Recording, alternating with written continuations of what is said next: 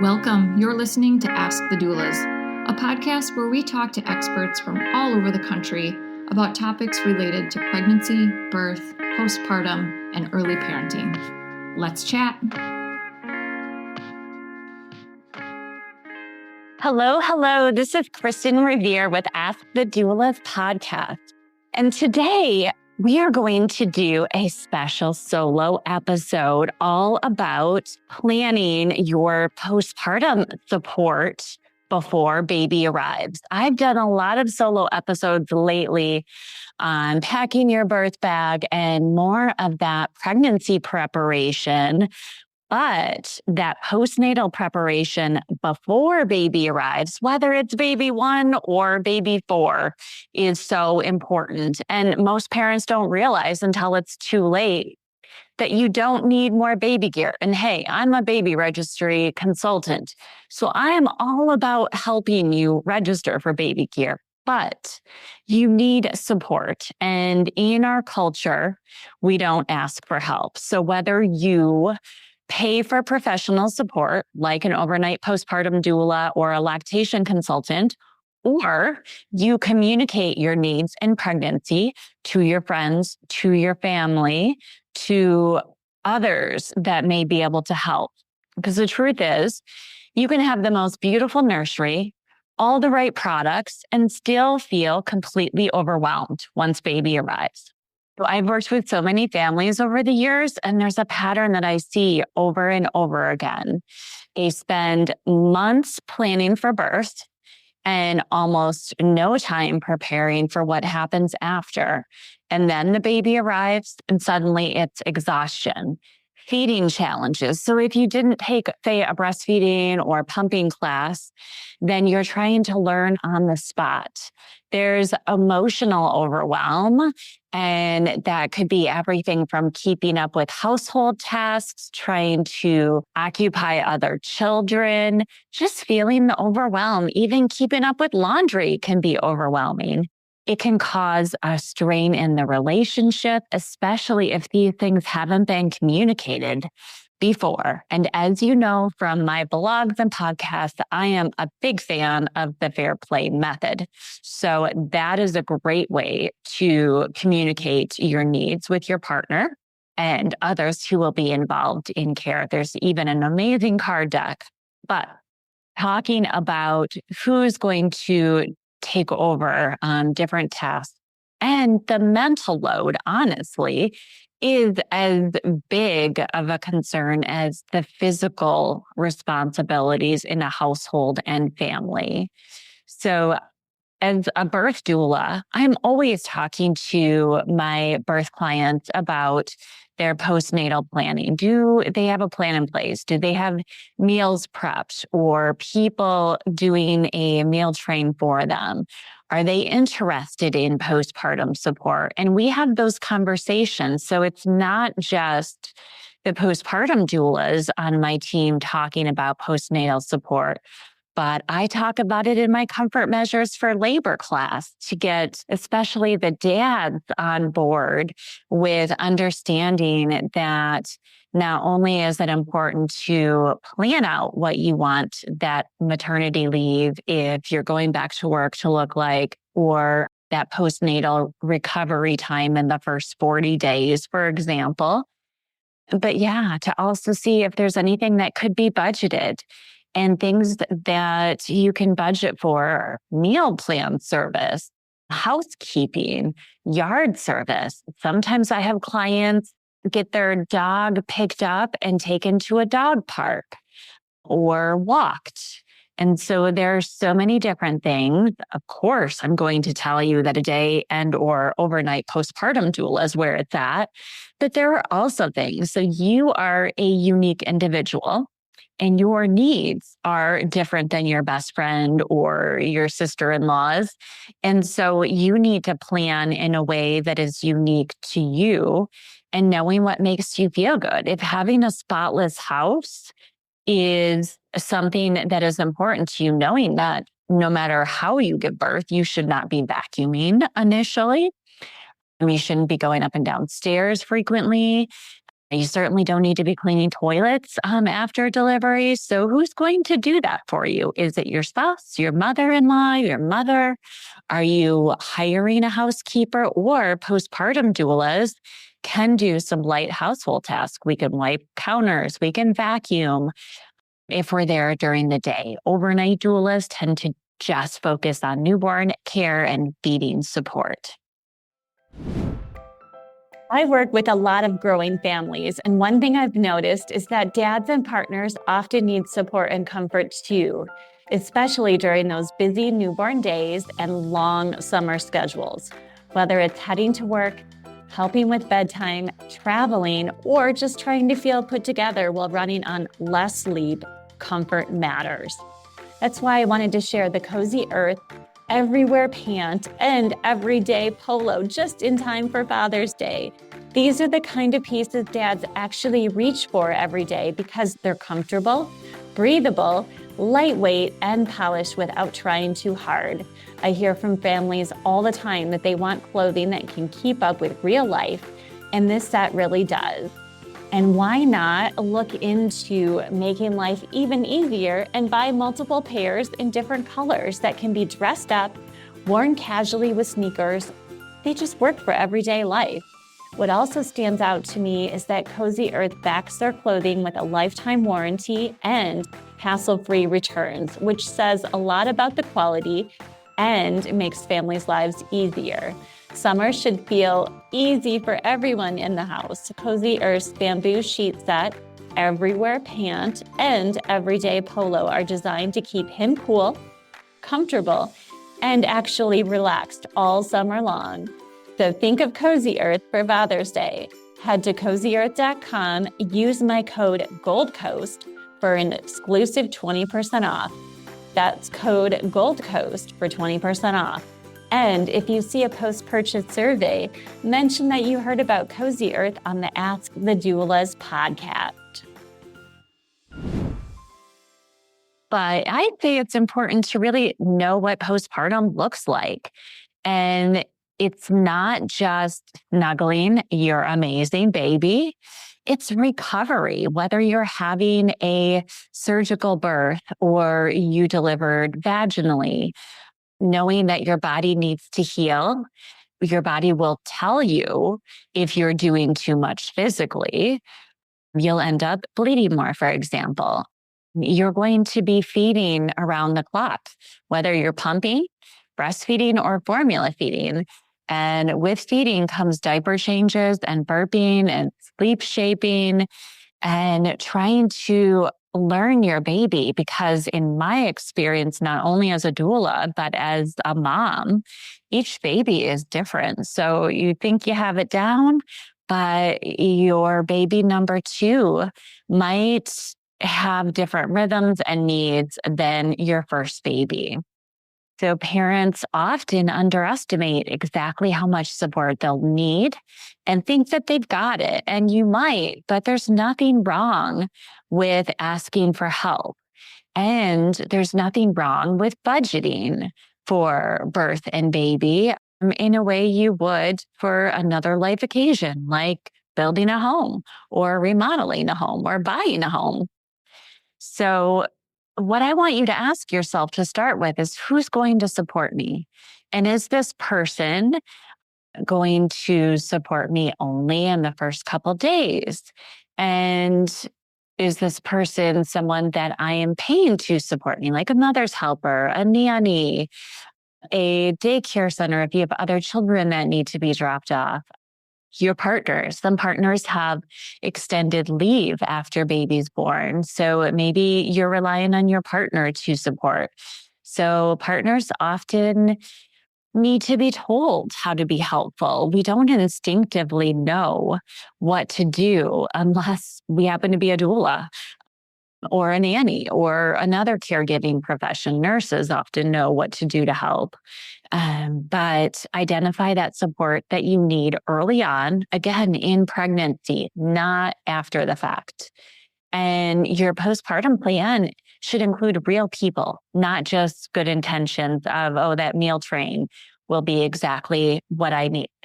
So think about your partner's role, your family and friends, if you have a postpartum doula, lactation support, and that could be going back to the hospital to meet with a lactation consultant, having an in-home visit from a lactation consultant, joining a lactation support group. There are many breastfeeding support groups virtually, or many communities have them in person.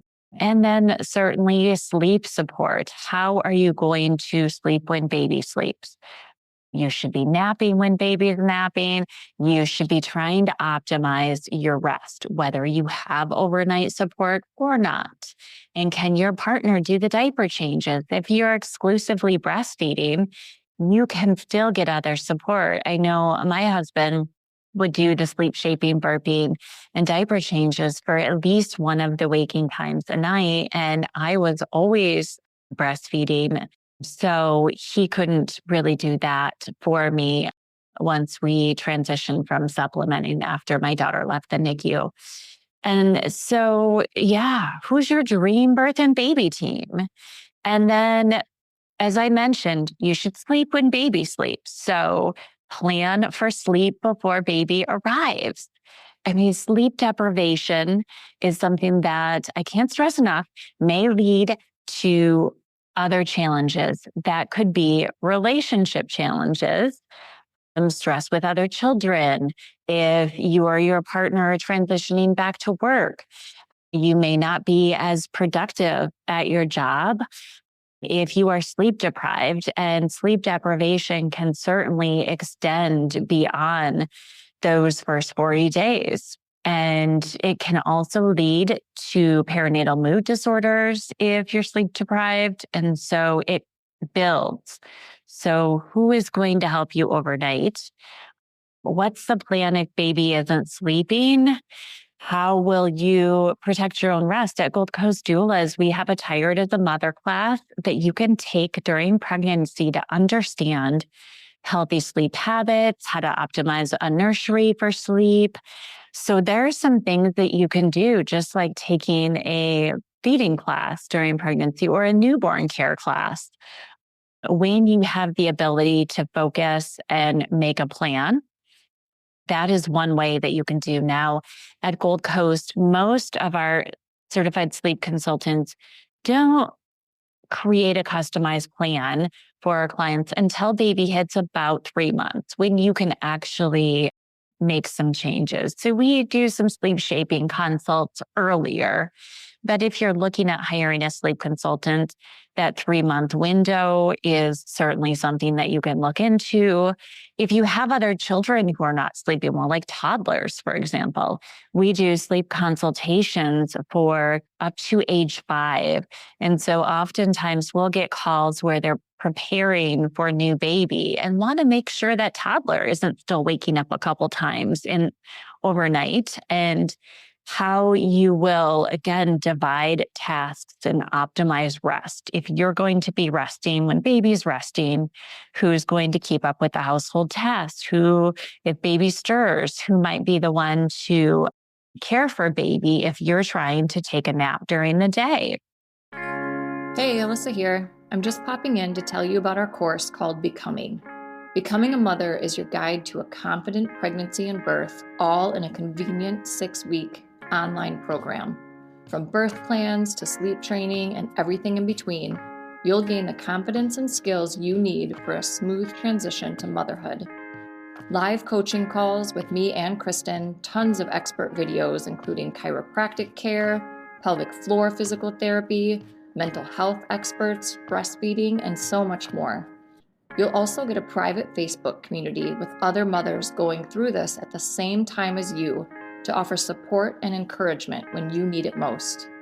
If you'd like to learn more about the course, you can email us at info@goldcoastdoulas.com or check it out at thebecomingcourse.com. We would love to see you there. We also have a book called Supported, Your Guide to Birth and Baby, which makes a beautiful companion to this course. It's a great book for any expecting mother and is the perfect baby shower gift. You can find information on that book at supportedbook.com. So prepare for feeding support. If you plan to breastfeed, formula feed, combination feed, pump, support still matters because feeding struggles are common. I had two totally different issues with feeding with my children. So my daughter was in the NICU for glucose issues, was started on enhanced formula. I pumped and I returned home without my daughter. And when she came home, she wasn't used to breastfeeding. I brought lactation support into the home, had a hospital grade pump there to keep up my supply and supplemented for a while and then exclusively breastfed. So I needed a lot of lactation support. I was going to the hospital multiple times. I had lactation consultants in the home. And so I definitely had a lot of troubleshooting. I also developed mastitis and had to get lactation support. And then with my son, he had a tongue tie that was discovered by the pediatrician. And I had to get that revised and had pain with breastfeeding because of that tongue tie initially until that was revised. And so I saw lactation consultants with both children and had to bring in experts to help me troubleshoot, even though I took a breastfeeding class in pregnancy. And I tell you what, that breastfeeding class helped not only me, but also my husband to know about different holds, what to do with supply concerns, to address pumping, and really help me feel confident and prepared being a first-time. So let's talk about emotional support. Postpartum is not just physical. It also deals with hormone shifts, identity shifts, whether it's baby 1 or 3. Your entire world changes overnight. Motherhood is a rite of passage, not just one time, every time. And having someone who can check in on you, normalize your experience, support you matters more than people expect. And I have shared before that I took Lamaze classes with both of my kids, and a lot of students from my class kept in touch, and we met at a botanical garden with our kids. We went to a farm. We were texting each other with concerns, and I wanted to have friends surround me who were going through the same thing at the same time. I also went to breastfeeding support groups, found the story time at the library to be helpful to meet other moms. And then I asked for help from mom friends. And so if you're not showing people how to help, then they don't know what to do. So getting into those hormone shifts, the baby blues, you're going to have some shifts when you are weaning from breastfeeding initially after birth and when you're introducing foods. And so to understand what is normal and when you might need help. And certainly if you're delivering in the hospital, you're going to get that card about the different types of perinatal mood disorders. They'll give you a test to take home. And there are many support resources, especially if you're working with a birth or postpartum doula, to understand the different types of perinatal mood disorders, depression, anxiety, OCD. There's postpartum psychosis. So to understand what is the baby blues and what is something that you should seek a therapist or talk to your OB or midwife about getting on medication, for example. And so understanding that emotional support is also very helpful. And many communities have postpartum support groups in person. Postpartum Support International is amazing and has virtual and in-person resources. So to give you a real life example, I worked with a family who had everything ready, the nursery, the registry, all of it. But what they didn't have was a support plan. By week 2, they were exhausted. They were overwhelmed. They're scrambling to try to find help. So compare that to families who plan ahead. They feel more confident, more supported, and honestly, more able to enjoy those early days. And at Gold Coast, we have a large postpartum support team. So with that client, it was my birth client, we were able to get them a postpartum doula quickly. But if you are in a community that doesn't have an agency like Gold Coast doulas, there might only be individual doulas, they could be completely booked up. and not able to support you. So if you're hiring in pregnancy, even a small package for clients who, hire for 20 hours, then we give them priority for adding on. So if you're expecting or even thinking about growing your family, then start thinking about your postpartum plan. And in our book, Supported Your Guide to Birth and Baby, half of the book is about postnatal recovery, postpartum planning, perinatal mood disorders, feeding support. And so we placed as much importance on planning for the postnatal recovery phase as we do for planning for the birth and the labor and the pregnancy. So you can certainly connect with us at Gold Coast Doulas on our website at goldcoastdoulas.com. And you can find us on Instagram, Facebook, Pinterest, whatever social platform you tend to spend time on at Gold Coast Doulas. And there are plenty of other episodes on Ask the Doulas podcast that go into the different postpartum support options in more detail. So thanks for spending this time with me, and we will chat soon. Thanks for listening to Ask the Doulas. For more information about Gold Coast Doulas, visit us on our website, goldcoastdoulas.com. We're also on Instagram, Facebook, and YouTube. If you like this podcast, please subscribe and give us a 5-star review. Thank you. Remember, these moments are golden.